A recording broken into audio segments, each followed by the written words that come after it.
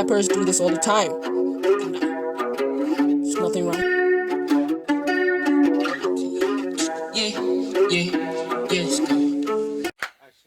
Hey, what's up, everybody? This is your boy, Tobin Nobody Literally Won't Kanye, product of the East himself, king of Southern West Street to else, the only boy who drinks his Fanta just like James Bond, shaken, not stirred. And welcome to the #1 podcast in Eastern Cape. Let's go, champ. Brother Bear. Woof, we're not in We got Eastern shit Cape today, no man. more. What? got No. shit today, bro. You can't do this in front of Nicholas Why are you Goliath, embarrassing bro. me? Why are you embarrassing me? We practiced this. We're like, Nah. we're gonna say, let's go. We're not in Eastern Cape no more. But then he's clearly getting excited.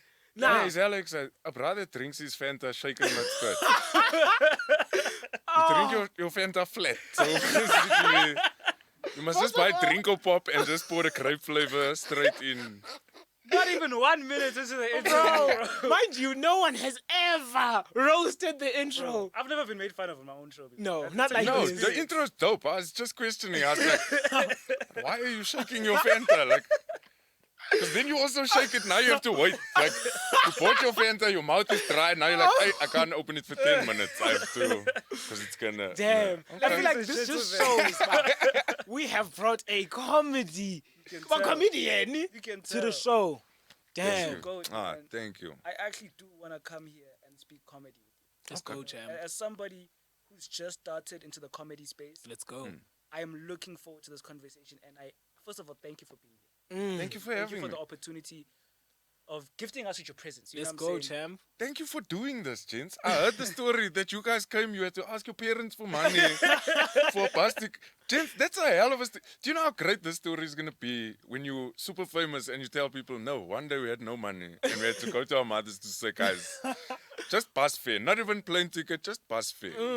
We And told you them made we're it coming here. for 5 days. It's Yeah. been like 3 That weeks was, now. yeah, it's 3 weeks. It's 3 weeks. 3 weeks. There's posters up all over Eastern Cape. Just have you seen? Oh. Please Okay. take us on your journey. Where did you start? Where did you meet the Goliaths? How did it become that? Okay. So obviously Jason and I are cousins. Our Yeah. fathers are brothers. So we've grown up together. I'm an only child. Jay and Kate obviously are siblings. And we've been siblings. Like we've always lived about a kilometer away from each other. We've always been close. And I think just in our family, roasting was just a thing. Like our fathers, our cousins, it was wherever the family got together, someone was being roasted. So it was, I think that was kind of the early stages or development of the comedy, because that was where we learned to take a hit.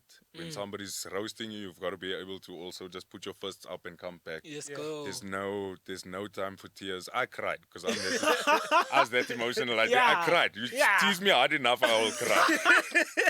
I'm an emotional person. Yeah, I'm proper. Don't judge me by the face, gents. The soft is Just everyone, but with Nick, don't go too much. Yeah, don't go too much. No, like now I've developed a thick skin. So now you Yeah. can say, I don't care what anybody says about me. At Like- what age, does young Nick realize, but okay, this is what we do in the family. This is what I want to do for a career. Yeah, that was 5 years ago.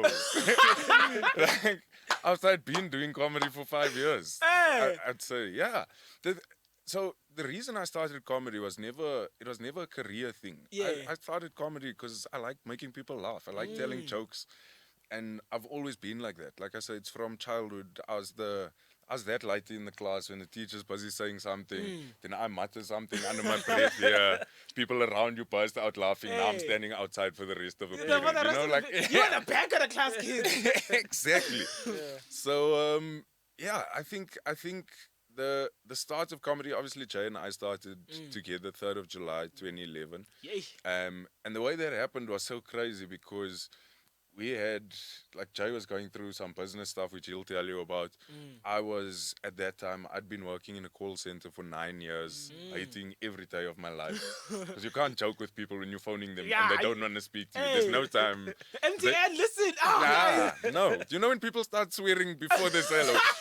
I don't know if I can say it, but people would be like, Zach, hello? I'm like, no, guys, this is, you can't. Yeah.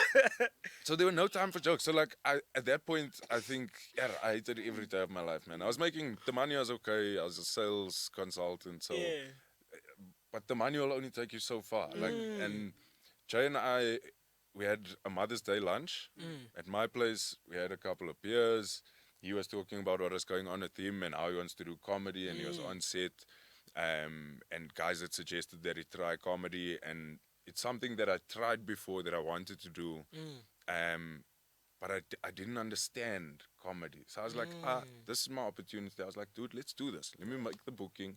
I'll find a spot for us at the Underground, which was the most legendary room in comedy in Joburg. And I phoned and he was like, yeah, cool, let's do it. Obviously, a few beers in, we made this plan. And the next day, I woke up and I phoned Tafia, who was, she runs WAC management. And I phoned and I make the booking, but it's my first time making a booking with her, and I'm saying I don't want one spot, I need two spots because I'm coming with my cousin. And as somebody who now has produced comedy and has booked lineups, I understand the frustration that she was going through, where she was like, this is not a game, we're not here messing around. If you're going to do this thing, you've got to be serious. So we went through this whole process. I'm like, nah, please. And eventually she gets me the booking, and I phone Jay, and I'm like, cool, this is the date. We're going to do this thing. And he was like, bro, what are you talking about? Like, how do you make the booking? So I'm like, no, I phoned and I made the booking. This is 3rd of July, we booked. And he's like, but we were drinking. We were just talking shit. This wasn't a serious thing. And I was like, bruh, there's no way I'm phoning this woman back and saying, never mind. After all the stress she just went through, I was like, we're doing this thing. And then we just went and we watched as much comedy, because Jay was like, if we are going to do it, we've got to watch as much comedy as we possibly can between now and then, so that we understand what needs to happen. And then 3rd of July changed our lives, man. Who did you watch? Everybody. We went to the Underground every week. So, yeah, man, that time, 2011, Kagiso Letiga, David Kau, David Kipuka, Loiso Kola, like, yeah, all of the guys who I don't even see, Conrad Koch, like, amazing acts. And we just go and watch up and coming new acts, open spots, and just try and understand. And even then, I still didn't know what it was. When I started comedy, I wanted to be known as the comedian who never tells the same joke twice. Then comedy will show you very quickly. You're not who you think you are. That's actually funny though, because like, why do you like refer to yourself as the other Goliath? That's what, let's go. Oh no, because that's how people see me. As the other one. As the other Goliath. Because initially, and you know, a lot of people often ask me like if I have an issue with the fact that Jay and Don are so big and so forth. And the thing for me is that I wouldn't be where I was if I wasn't associated with them. And I'm quite happy in my position where I am now. Like, it's not a competition. I don't need Jay's life. I don't need Don's life. I've got my own things that I'm sorting out. And where I am, I'm happier than I've ever been, because I've surpassed like, I never even knew I could dream I'd be in this position. So to be in this position now, and like I said, people will have the assumption that because we're such a tight group that there's competition. And yes, there is competition between us, but it's never competition with what's the word I'm looking for? With jealousy, I think is the word. Because I look at Jay's success, I look at Don's success, and I go, that's great. It's like, it makes me happy to see them succeeding, because it also lets me know that I have the opportunity or potential to reach those goals. Let's go. And also our goals are different. I got 2 kids. Yeah. Jay's got no kids. Don's got a kid on the way. You know, so like I'll focus. I pay school fees. Guys, do you know, I could be living a baller ass life. Let me tell you right now. You guys know you have to ask your parents for money. Yeah, you are the school fees currently. I pay those school fees. So like, I could be living like the Instagram life, fast cars and parties and, you know, but that's not me. So the reason I refer to myself as the other Goliath is, initially when we started the brand, they were kind of the face that people would see everywhere. And because it's Goliath and Goliath, they always assumed, Goliath and Goliath. So nobody expects there to be a third Goliath because they don't know the story. Then people would often ask them, hey, we saw a picture of you and Don. Who's the other guy? Who's the other guy? Who's the other? That cousin. So then, and for me, it was just an acceptance, and it was a way to show people that this is who I am, and I'm happy. Like, I have no stress about being the other Goliath, guys. Yeah, you It's- even use that, for your own advantage. Put on a whole show Yes. that's titled "The Other Goliath." Yeah. So what was the thought behind that? Okay, you know what? This is what you guys are thinking. I'm gonna use your own assumptions against you. How does that work? That was exactly the name. Actually, came from Jason. He was the one who said you should call your show the Other Goliath, because we joke about it often. How I'm the Other Goliath, and Yeah. it was kind of a inside joke. And then he was like, "Why don't you use it as the name of your show?" I was like, "That's a brilliant idea," because it was, for me, it was a way to show this is who the Other Goliath is. Like, come and watch my show so that you can see why I'm part of the thing. Because also I feel like there's a lot of perception like, this guy doesn't quite fit in because he's not on Kaya Breakfast, he's not on Castle Light, he's not. And then it was just like, I really don't care. I am the Other Goliath, Let's and go, I'm happy champ. about being Let's the Other go, Goliath. champ. So if you don't like it, The only Goliath paying school fees, mind the you. only one, private school fees. I feel like it's such a challenge for other people because there's a bit of jealousy in other groups. Certain people start things together and they're like, no, but I want to be the one in front. I want to be the one seen Yes. the most. With you guys, there's none of that jealousy and type thing.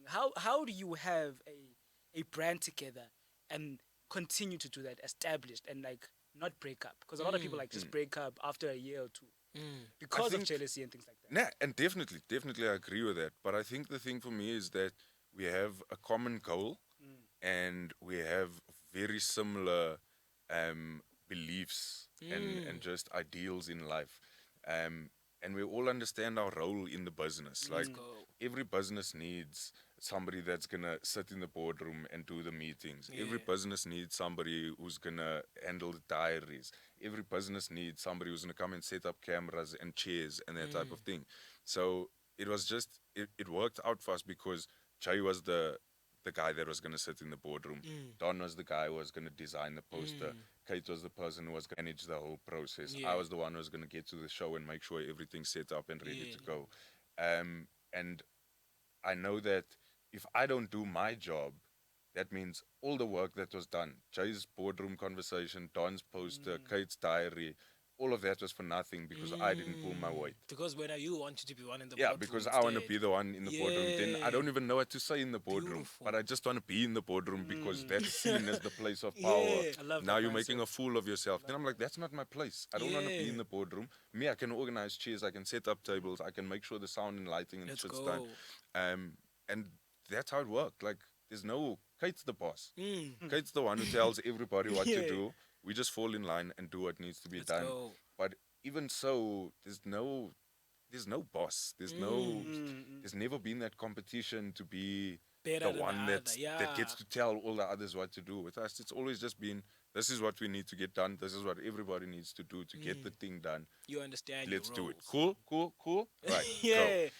And You know, that was it. you've been in the comedy game for 5 years now. 10 you years, know. 10 years. 10 years. 2011. That's a whole no, Third that's a of whole July, child going 2011. into middlehood. Yeah. 10 yeah. years. Yeah. 10 years. Damn, that's crazy. And you It's- know, at the risk of exposing my co-host, he low-key found out yesterday because he didn't realize he was gonna perform when Nicholas Goliath was Yeah. I performing. didn't So he think I'd said- share he- the stage, bro. He sent me a message. He's like, hey, Nicholas is here. I'm like, no. I sent you a poster of this last week. You Did should you not know. see it? Yeah. Yeah. And then he's like, okay, whoa, he just walked in with Jason. What's going on?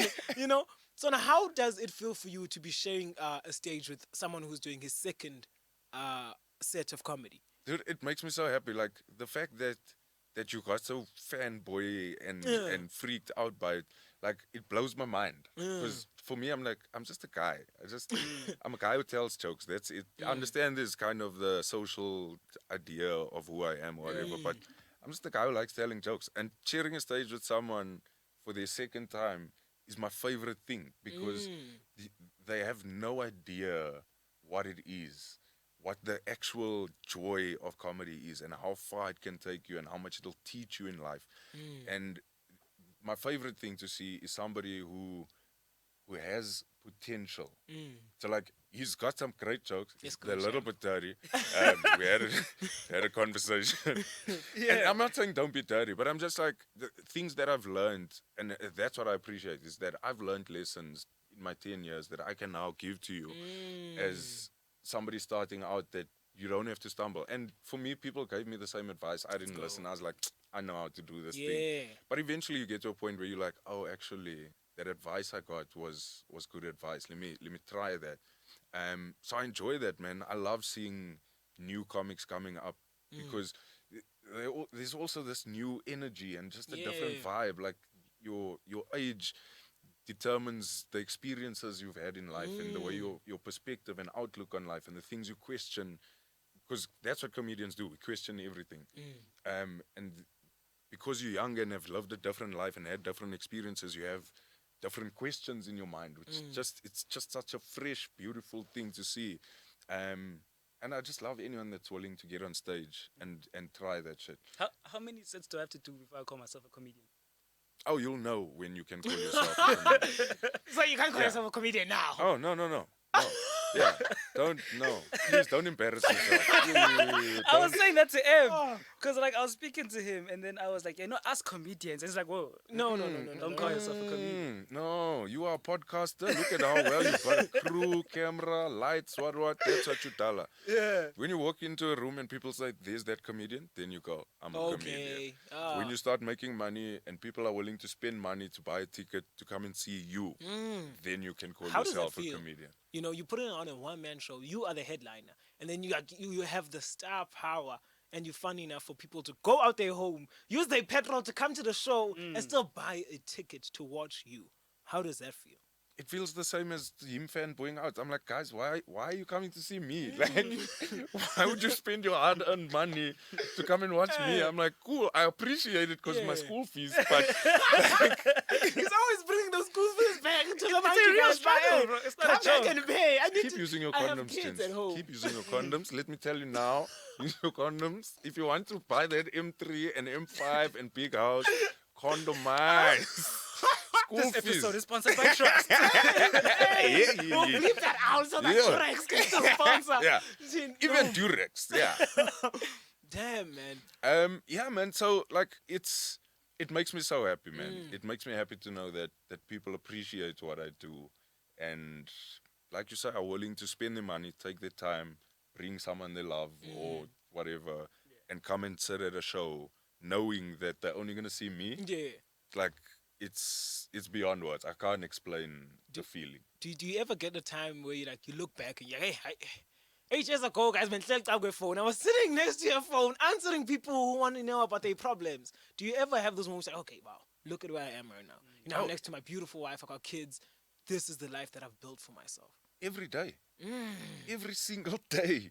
I look at my life and I go, see, I'm even getting emotional now. But every day I look at it and I'm like, this, because, like, the thing about it is, comedy was never a reality for me. Like, it was never a potential career path.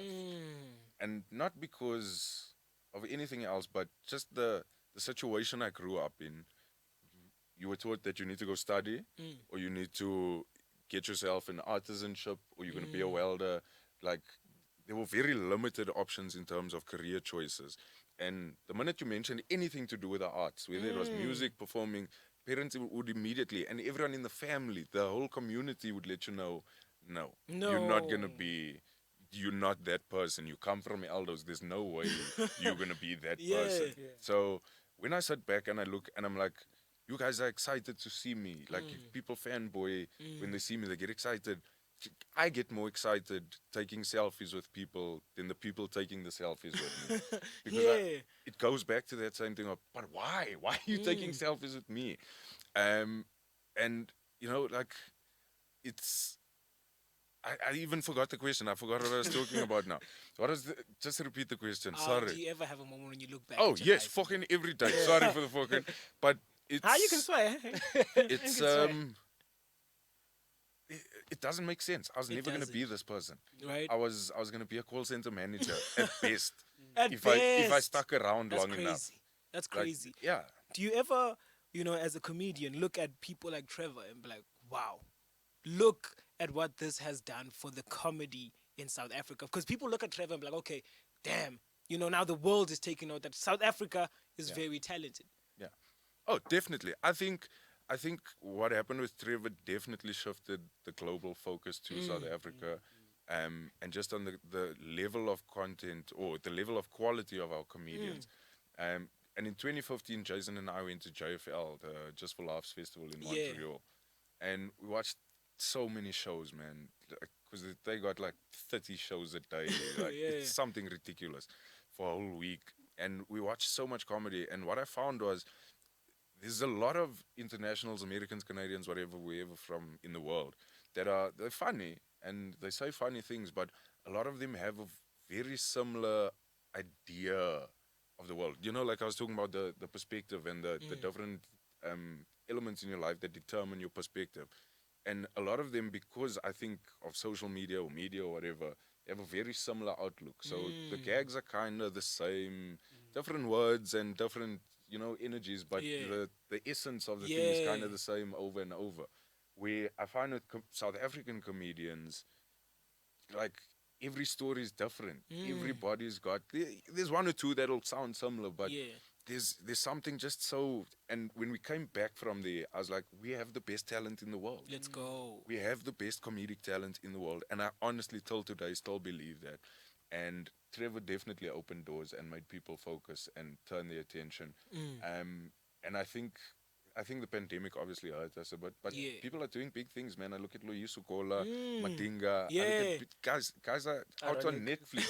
You know, what happened with Madinga? No, man. Listen, I just want to say thank you for coming here once again. And I may not have the authority to call myself a comedian yet, Not yet.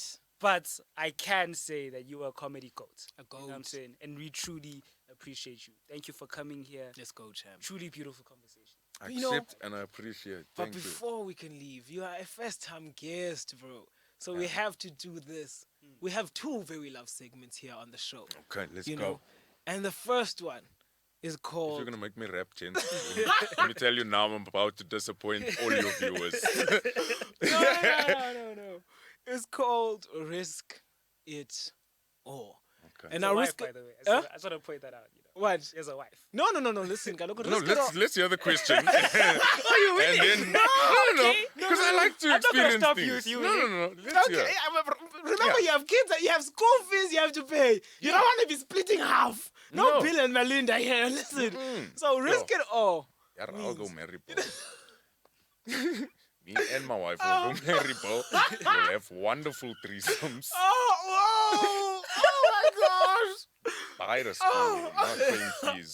So risk it all is, if in the South African industry, obviously, we try and change it to look at people who are doing things. Yeah. People who are breaking the status quo. They trying to, stand out. And now a risk it all is that if there was this person and they came knocking on your door, you leave your children, you leave your wife. Who is that person? Who would you risk it all for? Yo, what's her name? It's Premeditated. no, because I've had this discussion with my wife. She knows.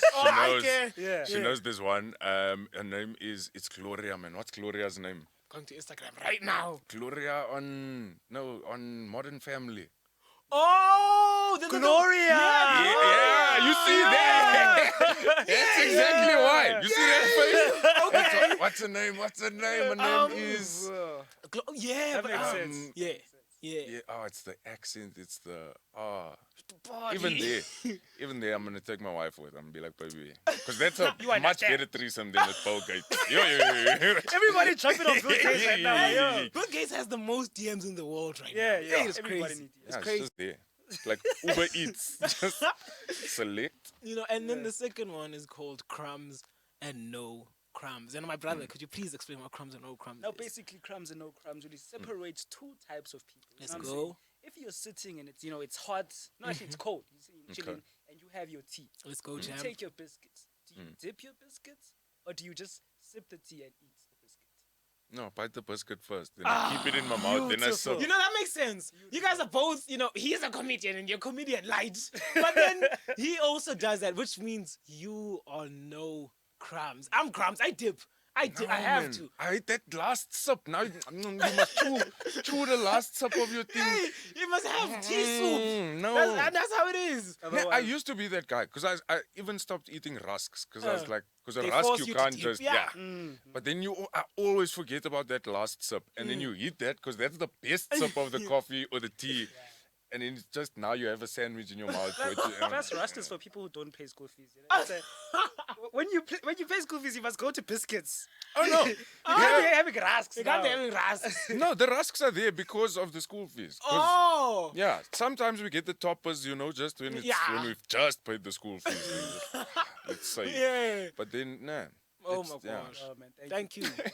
Otherwise, guys, Thank you, gents. this is your boy, Toby Kanye. Prior to the East himself, king of Southern West Street to else, the only boy who drinks his Fanta, just like James Bond. Shaken, not not stirred. stirred. And this Sheesh. is Nicholas Goliath.